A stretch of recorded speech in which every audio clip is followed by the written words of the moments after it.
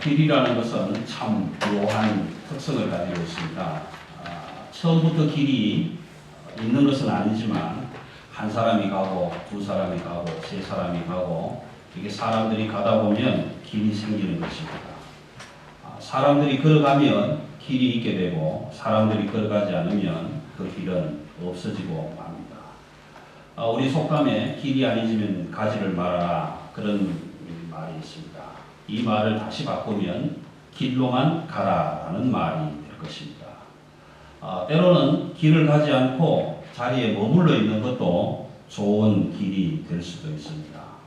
우리가 선택하는 매 순간의 결정이 행동이 위험하다면 잘못된 것이라면 그 길을 가기보다는 차라리 잠시 머물러 있는 것도 좋은 길이라 생각이 됩니다.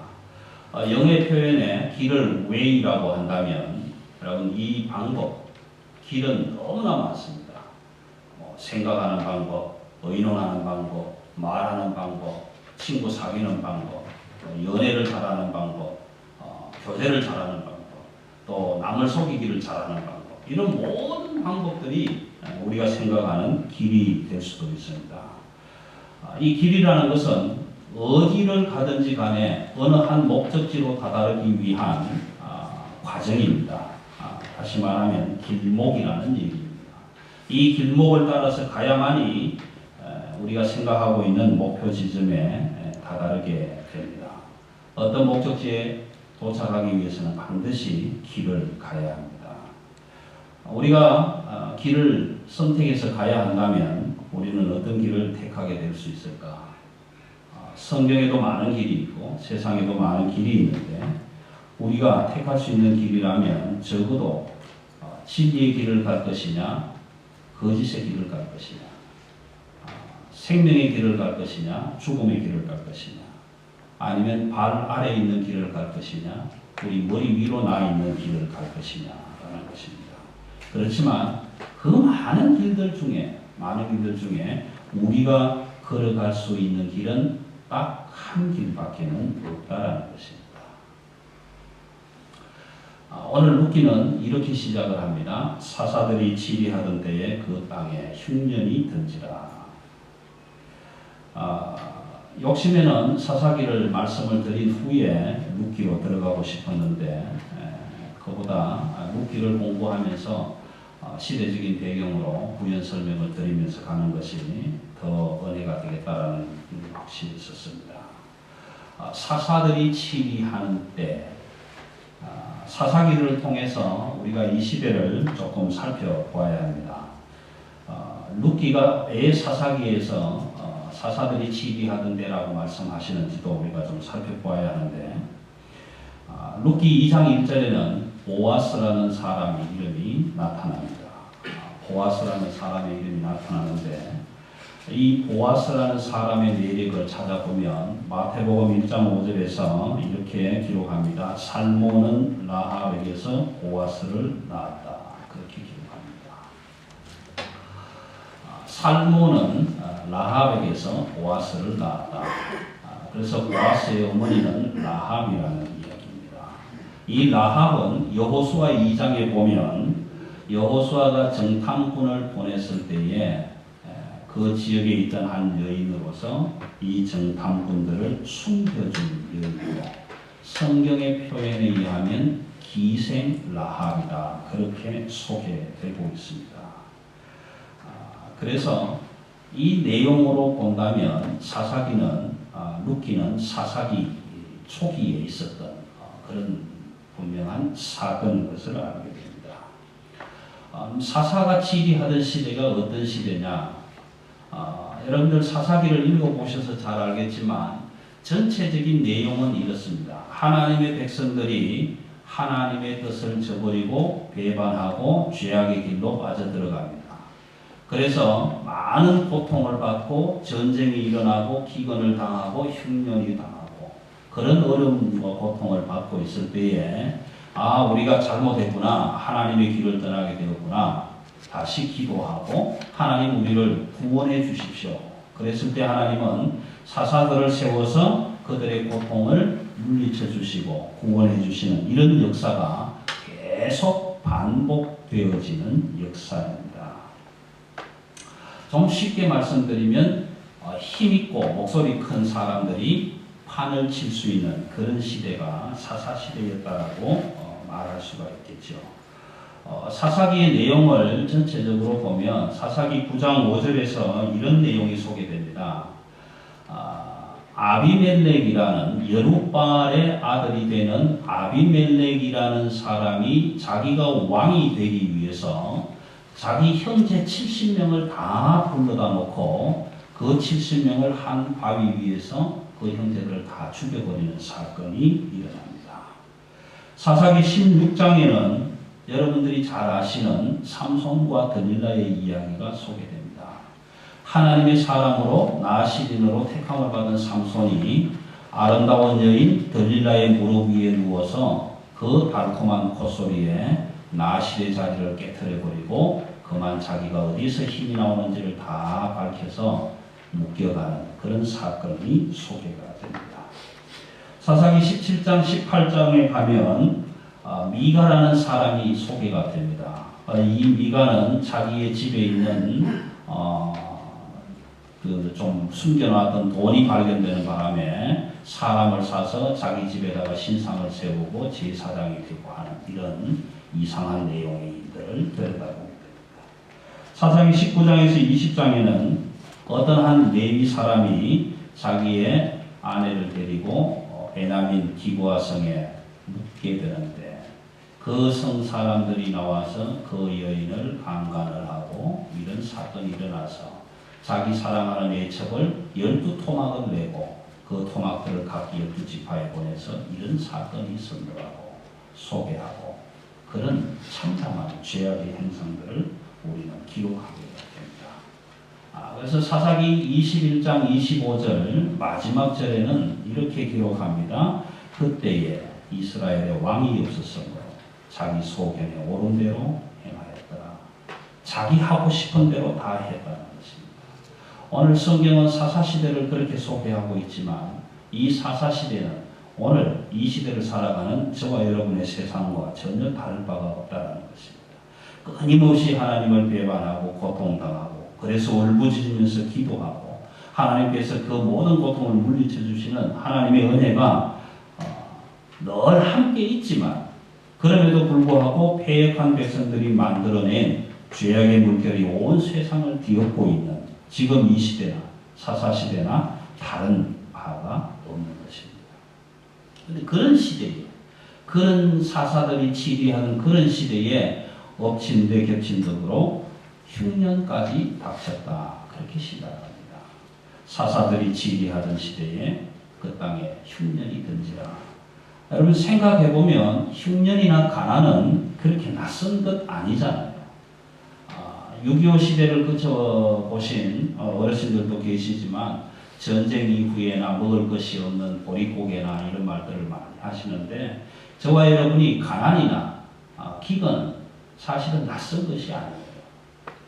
어리지만 저도 초등학교 때 도시락통 들고 다니면서 강냉이 가루 급식도 먹어보고 배식도 받아보고 그렇게 했지만 그런 기억이 계속 있습니다.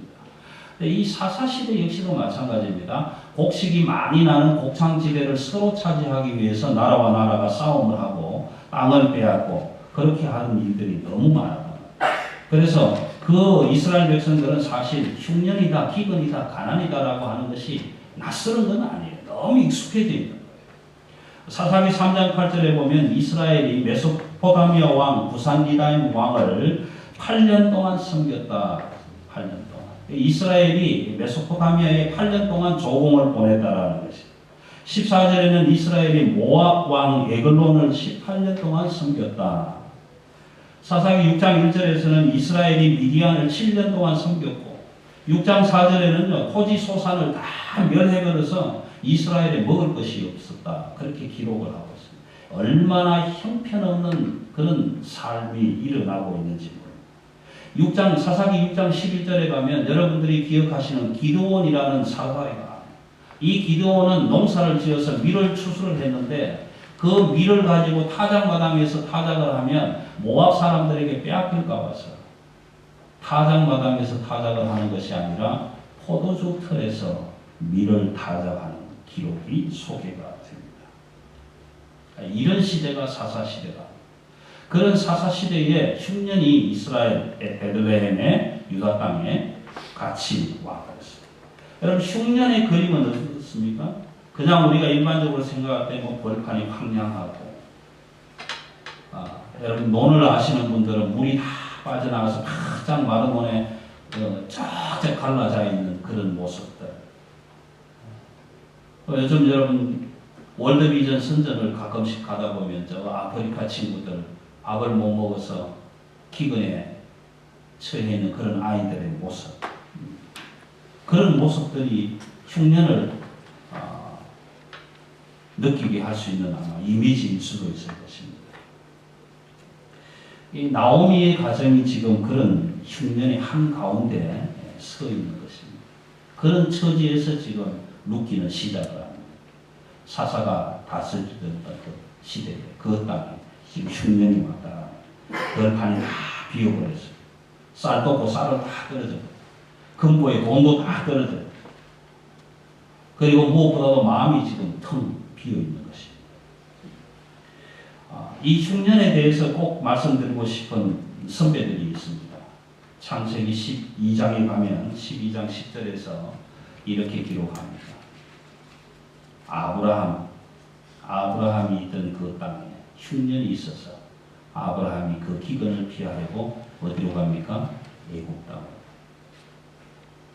애굽 땅으로 흉년을 피해서 갔는데 결과적으로 드러나는 것은 어떤 일이 드러나느냐 하면 아브라함의 아내 사레를 바로 왕에게 빼앗겨버리는 사건이 생깁니다. 흉년을 피해서 도망을 갔는데 피해갔는데 거기에서 아내를 잃어버리는 사건이 일어납니다. 그런데 하나님은 아브라함이 애굽에 가서 사레를 잃어버렸는데 바로 왕에게 빼앗겨버렸는데 아브라함에게는 아무런 말씀을 하지 않아요. 침묵하고 있습니다. 그런데 바로에게는 재앙을 내리죠. 아브라함이 받아야 할 재앙을 바로에게 내립니다. 여러분 엄청난 사건입니다. 이 사건은 우리는 그냥 읽으면 읽고 넘어갈 수 있는 거지만 여러분 생각해 보십시오. 하나님이 아브라함을 불러서 내가 네게 지시한 땅으로 가라. 그러면 너는 복의 근원이 되게 하겠다. 하늘의 별처럼 바다의 모래처럼 후손들이 그렇게 일어나게 하겠다. 약속해 주셨는데 막 아내를 빼앗겨 버렸습니다. 그러면 그 후손들이 어디서 나옵니까? 설령 그 후손이 나왔다고 하십시다. 그 후손이 아브라함의 후손입니까? 바로의 후손입니까? 엄청난 문제를 내포하고 있는 이야기입니다. 그럴 때에 바로의 집에다가 재앙을 보내셨지만 아브라함에게는 아무런 말씀이 없었어요. 때로는 침묵이 말하는 것보다 더 강한 이미지를 주게 됩니다. 언제 아브라함에게 하나님이 찾아오셔서 말씀을 하시느냐 하면 창세기 13장 1절로 넘어가면 아브라함이 애굽에서 모든 것을 다 거느리고 애굽에서 나올 때 그때 아브라함을 찾아오셔서 하나님은 아브라함과 맺은 약속을 다시 상기시켜 줍니다. 내가 너하고 이런 약속을 했었다. 그렇게 말씀해 주고 있는 것입니다. 또 다른 한 선배가 있습니다. 창세기 26장에 가시면 26장 1절에 이렇게 기록을 합니다. 아브라함이 흉년이 있었던 그 땅에 또다시 흉년이 더니라. 그렇게 해서 그 땅에 있던 이삭이 흉년을 피해서 그랄로 갑니다. 그랄이라는 땅으로 가는데 그 그랄 땅에 있을 때 하나님이 이삭에게 찾아오셔서 이렇게 말씀하십니다. 너는 이 땅에 있어라. 내가 지시하는 땅에 있어라. 애굽으로 가지 말아라. 여러분 우리는 성경을 그냥 읽습니다. 그런데 이삭을 찾아온 하나님은 엄청나게 급하게 찾아오십니다. 가만히 보니까 흉년이 일어났고 그 땅에 흉년이 있어서 아버지가 애굽으로 갔던 것처럼 이삭도 일어나서 애굽으로 분명히 갈 것 같으니까 그랄에 머물 때에 하나님이 급히 찾아오셔서 이삭에게 그렇게 얘기합니다. 가지 말고 여기 있어라. 네가 이 땅에 머물러 있으면 내가 네게 복을 주고 내 후손을 번성케 하겠다. 그 약속을 다시 한번 하겠다. 여러분 두 선배가 흉년을 피해서 한 사람은 애굽으로 한 사람은 그랄을 있을 때에 일어난 결과의 차이가 어떻습니까? 아브라함은 아내를 뺏기는 사건이 일어났고 이삭은 아내를 빼앗기지 않는 일이 있습니다. 아브라함은 오랫동안 기다려서 후손을 얻은 일이 일어나고 이삭은 오래지 않아서 그 후손을 얻게 되는 역사가 일어납니다. 결론적으로 말씀을 드리면 하나님의 백성들은 비록 흉년이 있더라도 흉년이 있고 마음이 고통이 힘듦이 아픔이 있더라도 하나님이 약속한 그 땅에서 머물러 있어야 된다라고 말씀해 주시는 것입니다. 이 교훈은 오늘 루키에서도 계속되고 있습니다. 베들레헴이라는 말은 여러분 아시다시피 떡집이라는 의미를 가지고 있습니다. 유다 베들레헴에 엘리멜렉과 나오미가 살고 있는 그 동네에 그 떡집이라는 동네에 흉년이 왔다라는 것입니다. 여러분 그냥 일반 가정의 흉년이 아니라 떡집에 흉년이 왔다라는 의미는 그 흉년이 엄청나게 심각하다라는 얘기입니다. 심각하다. 텅 비었다. 그 텅 비어있는 흉년을 피해보기 위해서 오늘 말씀은 이렇게 얘기를 합니다. 한 남자가 그 아내와 두 아들을 데리고 남편의 이름은 엘리멜렉입니다. 두 아들의 이름은 말론과 기련입니다. 아내의 이름은 나오미입니다. 그 텅 빔을 채워보기 위해서 지금 길을 떠나고 있는 것입니다. 그럼 이 나오미의 가족, 여호수아 때부터 하나님이 약속한 땅에 들어왔던 하나님의 택한 백성들입니다. 엘리멜렉이라는 이름은 하나님은 나의 왕이시다라는 뜻으로 이름을 지은 것입니다. 여호수아와 함께 하나님이 약속한 그 가나안 땅에 들어와서 여호수아 24장에 보면 사람들 모든 지파들을 다 모으고 오늘날 너희가 원하면 원하는 신들을 찾아가라. 그러나 나는 나와 내 집은 여호와만 섬기겠노라. 그렇게 여호수아가 선언했을 때에 이 엘리멜렉도 나오미도 함께 거기에서 고함을 지르면서요. 여호수아를 향해서 우리도 그렇게 하겠습니다. 우리도 여호와 하나님만 섬기겠습니다. 그리고 그 일에 우리가 증인이 되겠습니다. 그렇게 소리 질렀던 그런 그 고함 소리가 아직도 귀에 쟁쟁하게 남아있는 그런 사람들. 그런 하나님의 사람들이 하나님의 약속이 있는 땅 베들레헴에 와서 지금 기거하고 있는데 흉년이 왔습니다. 사사들이 치유해도 아무런 좋은 일은 없고 자꾸만 나쁜 일만 일어납니다. 그때 그 가정이 생각을 뭐라고 했을까요? 아, 여기에는 하나님이 따라가시구나. 여기는 하나님이 계시지 않은 것 같고 하나님은 나의 왕이시다라고 이름 지은 그 엘리멜렉이 일어나서 나오미야 일어나라. 말로나 기로나 일어나라. 우리가 흉년을 피해서 잠시 모압으로 가서 있다보자. 그렇게 해서 보따리짐을 싸들고 지금 아내를 데리고 두 아들을 데리고 모압을 향해서 길을 떠나고 있는 것입니다. 왜 이 사람들이 모압을 가게 되는가? 사사기에서 말씀드렸던 것처럼 모압은 강한 군사력으로 다른 나라의 곡식을 빼앗아 오기도 하고 사실 모압이라고만 말씀을 하고 있지만 모압 평지입니다. 모압 평지에서 생산되는 많은 농산물에 소출이 있어서 모압에서는 소문이 들려옵니다. 야, 그 나라는 잘 사는데, 그 나라는 풍요하대, 곡식이 많대. 이런 소문을 베들레헴 땅에 있는 엘리멜렉과 나오미도 들었습니다. 아, 그 땅에 가면 흉년을 좀 면할 수 있겠구나. 그래서 온 가족을 데리고 모압으로 가게 됩니다.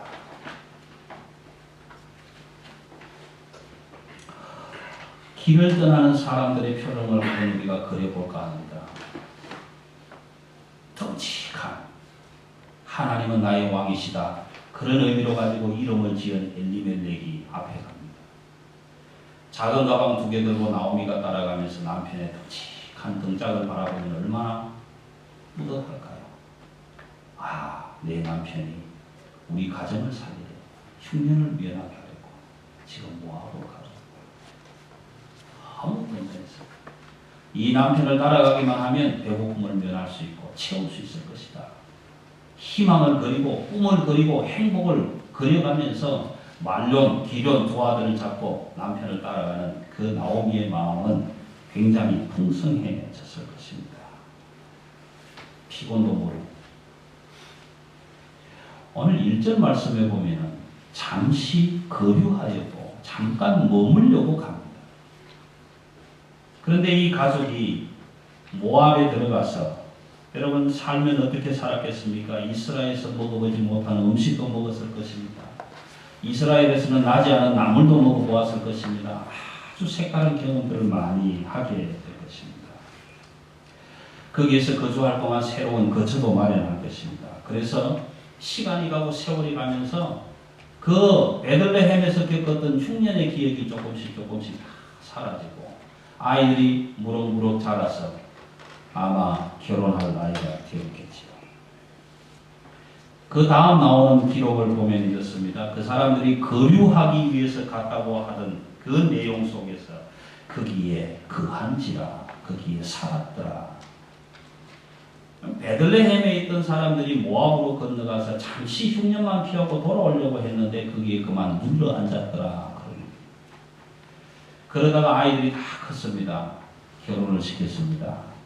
그 가운데 남편은 이미 나오미 곁을 떠나 그냥 생명을 다 하고 말았어요.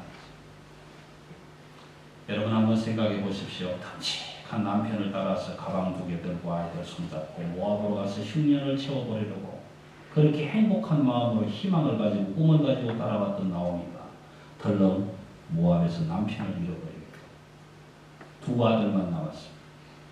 여러분 여인의 삶 속에서 남편을 잃어버린 삶이라는 것은 고통을 의미합니다. 행복하지 않은 삶을 의미합니다. 남편 없는 여인의 삶은 어쩌면 비극의 삶일 수도 모릅니다. 그런데 거기에 2 아들, 결혼시키지 않은 2 아들까지 남아있어요. 나오미의 어깨가 얼마나 무겁겠습니까? 저는 성경을 읽으면서 이런 생각을 했습니다. 남편 엘리멜렉이 모압에서 죽고 나오미는 돈 많은 부자 남자를 찾아서 다시 결혼했더라. 그렇게 기록하지 않은 것으로 보아서 나오미는 엄청나게 억척같이 살았을 거예요. 남편이 없는 여인의 삶으로서 이 2 아들을 키우고 이 2 아들을 장가보내서 이 2 아들을 향해서 집을 세우고 가문을 세우기 위한 그 한 여인의 삶이 얼마나 힘들겠는가 여러분 짐작하실 수 있어요. 안 해본 일 없이 청소도 하고 식당에 주방일도 하고 모든 일 다 해가면서 그렇게 아이들을 키웠을 것입니다. 그러다가 2 아들이 자라서 결혼할 적령기에 며느리들을 맞이합니다.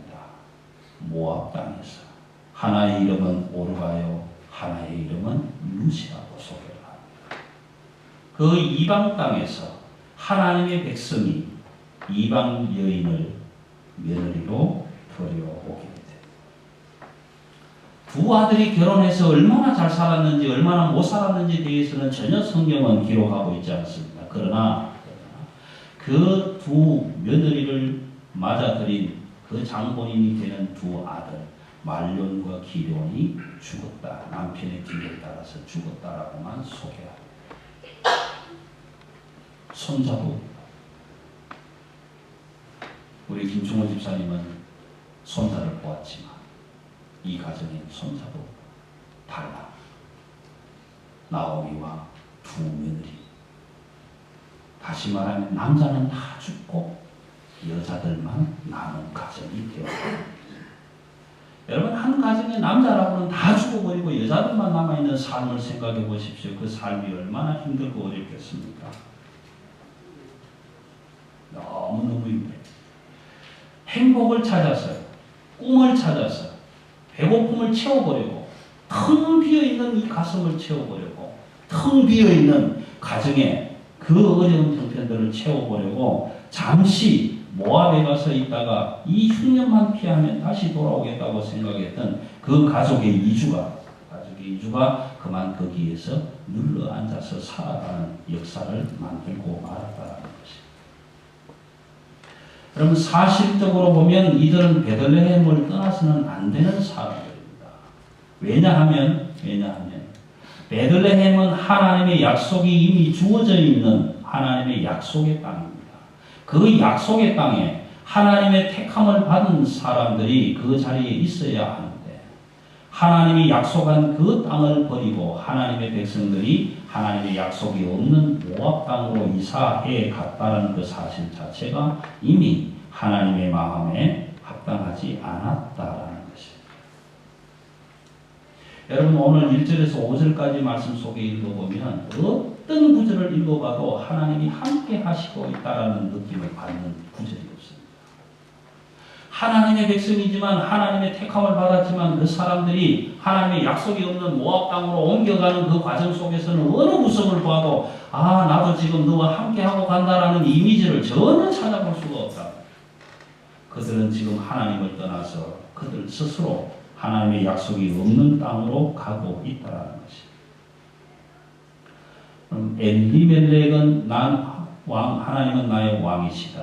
나옴이라는 뜻은 은혜스러운 자, 사랑스러운 자라는 뜻을 가지고 있습니다. 두 아들은 둘 다 병약하다, 쇠약하다 이런 뜻을 가지고 있습니다. 물론 사람의 이름의 뜻으로 보면 아 오래 살지 못하겠구나 생각할 수 있는 그렇게 해서 추측해 볼 수 있는 내용들은 되지만 하나님께서 말씀해 주신 대로 모압 땅에 가서 조금 비어있는 이 마음을 채워보려고 공허한 마음을 채워보려고 힘든 어려운 삶을 조금 더 윤택하게 해보려고 모압으로 갔는데 지금 나오미는 남편을 잃었습니다. 두 아들을 잃었습니다. 남자는 다 죽어버렸습니다. 여인들만 3사람 남았습니다. 이 삶은 텅 빈 삶이 더 텅 비어진 삶으로 바뀌어버린 것입니다. 흉년의 삶이 아니라 흉년보다 더 심한 흉년의 삶이 되고 말았습니다. 삶의 흉년을 채우려고 모압으로 갔는데 인생의 흉년을 만나버린 그런 격이 되고 말았습니다. 여러분 부모의 신앙적인 결단은 자녀들에게도 큰 영향을 미치게 됩니다.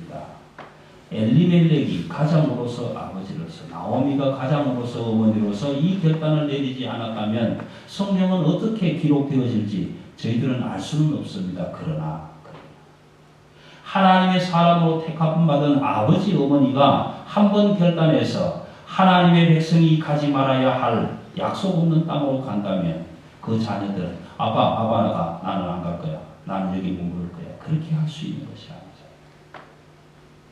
부모의 결단은 자녀들에게도 큰 영향을 미치게 되어 있다는 것입니다. 여러분 우리가 현실적인 삶 속에서 일어나는 모든 결단은 믿음으로 하지 않잖아요. 여러분 모든 결단을 믿음으로 하십니까? 눈에 보이는 것으로 하지 않습니까? 여러분 호주로 이민 오실 때에 하나님께서 약속한 땅이라고 믿고 믿음으로 결단하고 오신 분들 계십니까? 아니잖아요. 이 중에 혹시 호주에 오셨다가 소련이 하나님의 약속한 땅이라고 하시는구나. 가자! 다 보다리 싸진 쥐고 소련으로 가실 분 계십니까? 아니잖아요. 우리가 결단하는 우리의 삶 속에 일어나는 모든 결단들은 솔직히 말씀드리면 내 눈에 보이는 것으로 결단하지 믿음으로 결단하는 것은 거의 없습니다. 오늘 엘리멜렉과 나오미의 가정이 그럴 것입니다. 하나님의 가정입니다. 하나님이 택한 백성들입니다. 약속의 땅에 살고 있어야 할 사람들입니다. 여호수아와 함께 나와 내 집은 하나님만 섬기겠다고 고함 질렀던 사람들입니다. 그 일에 내가 증인되겠다고 약속했던 사람들입니다. 그런데 그런 가정이 그런 부모가 배고픔을 이겨보려고 잠시 비어있는 아픔, 고통을 채워보려고 모압 땅으로 이주를 해서 잠시 갔다 온 것이 아니라 거기 눌러 살아버렸습니다. 저와 여러분은 어떻습니까? 자녀들이 커갈 때에 며느리를 어디에서 찾아오실 것 같습니까? 이방 땅에서 찾아오실 것 같습니까? 내 아들의 며느리는 어디서 찾을까? 저 예수 안 믿는 집안에 판사 검사 집안에 돈 많은 집안에 아주 이쁘고 아름다운 처녀가 있다더라. 거기하고 사돈 맺으실 겁니까? 자녀들을 가진 여러분들은 어떻게 생각하십니까? 판사가 아니라도 검사가 아니라도 진리의 길, 생명의 길, 올바른 길로 가고 있는 믿음의 사람의 가정에서 며느리를 데려오실 겁니까? 부모의 결단은, 부모의 신앙적인 결단은 자녀들에게도 큰 영향을 미치게 된다는 것입니다. 여러분, 룻기 1장 1절에서 5절까지는 물론 믿음의 결단 없이 모압을 향해서 들어가는 한 가족의 길입니다. 한 가족의 길입니다. 저는 1절에서 5절을 아무리 읽어봐도 하나님이 함께 가신다라는 느낌을 받을 수가 없습니다. 그런 결단이 지금 하나님이 택한 백성의 가정에서 이루어지고 있는 것입니다. 그럼 저와 여러분의 모압은 어디가 됩니까? 우리가 생각하는 모압은 어디입니까? 우리 일상 속에 늘 우리의 모압은 존재하고 있습니다. 우리가 평범한 의식 속에 가지는 모든 사고 속에 모압은 존재하고 있는 것입니다. 하나님과 관계된 거룩한 동기 없이 돈을 버는 일도 우리의 모압이 될 것입니다. 하나님께서 내 안에 들어와 계심에 대한 아무런 권리 없이 행하는 모든 일들이 우리의 모압이 될 수도 있을 것입니다. 하나님의 약속 없는 세상 문화로 허영심을 채우려는 것도 우리의 모압이 될 수 있을 것입니다. 여러분, 모압은 우리를 얼마나 유혹하는지 모릅니다. 흉년과 기근과 배고픔과 삶의 고통을 겪고 있는 엘리멜렉과 나오미, 그 약속의 땅에 있는 그들에게 모압에서 풍년의 바람이 불어, 야, 여기로 와라, 여기는 곡식도 풍성하다, 여기는 먹을 것도 있다, 여기는 아주 좋은 문화가 있다. 여러분, 오늘 우리가 이 땅을 살아가면서도 모압은 우리를 부릅니다. 우리는 모압이 너무 익숙해 있지 않습니까? 그 모압 땅에 가면 익숙한 문화도 있습니다. 카지노도 있습니다. 소주 한 잔 기울일 수 있는 자리도 있습니다. 모든 것들이 다 있습니다. 그래서 그들은 우리를 향해서 손짓합니다. 거기 있으면 배고프지 않니? 거기 있으면 소주 생각 안 나니? 거기 있으면 이런 생각 안 드니? 이리로 와. 여러분, 하나님의 사람들은, 하나님의 백성들은 하나님이 약속한 땅에 머물러 있어야 됩니다. 오늘 전원에서 소개해드렸습니다. 창세기 12장의 아브라함은 하나님의 택함을 받은 사람입니다. 구원받은 사람입니다. 아내를 데리고 하나님의 그 약속만 믿고 따라가다가 기근을 만나서 애국으로 들어갔습니다. 애국에서 일어나는 일들이 그런 일들입니다. 근데 그 하나님께서 애국에서 다 나올 때 하나님은 다시 찾아오셔서 그 약속을 약속하고 있는 모습을 봅니다. 여러분, 저와 여러분의 삶 속은 어떻습니까? 약속 없는 땅에서 하나님이 찾아와 주시기를 기다리고 있는 것은 아닙니까? 우리가 생각하는 그런 땅에서, 모압 땅에서, 하나님 내가 힘들고 어렵습니다. 그러니 내가 모압 같은 자리에 있지만 하나님 그래도 내가 하나님의 사람이고 하나님의 택함 받았고 나는 교회 다닌 사람이고 하나님의 백성이니까 하나님 나를 찾아와서 좀 구해주세요. 건져주세요. 그렇게 하나님이 찾아오시기를 기다리고 있는 것은 아닙니다. 여러분, 오늘 룻기는 그렇게 얘기를 합니다. 하나님의 백성은 하나님이 약속하신 땅에 있어야 합니다. 하나님의 백성이 약속 없는 땅으로 가면 그 하나님의 약속은 약속 없는 땅으로 가지 않습니다. 그렇기 때문에 하나님의 사람은 약속의 땅에 머물러 있어요.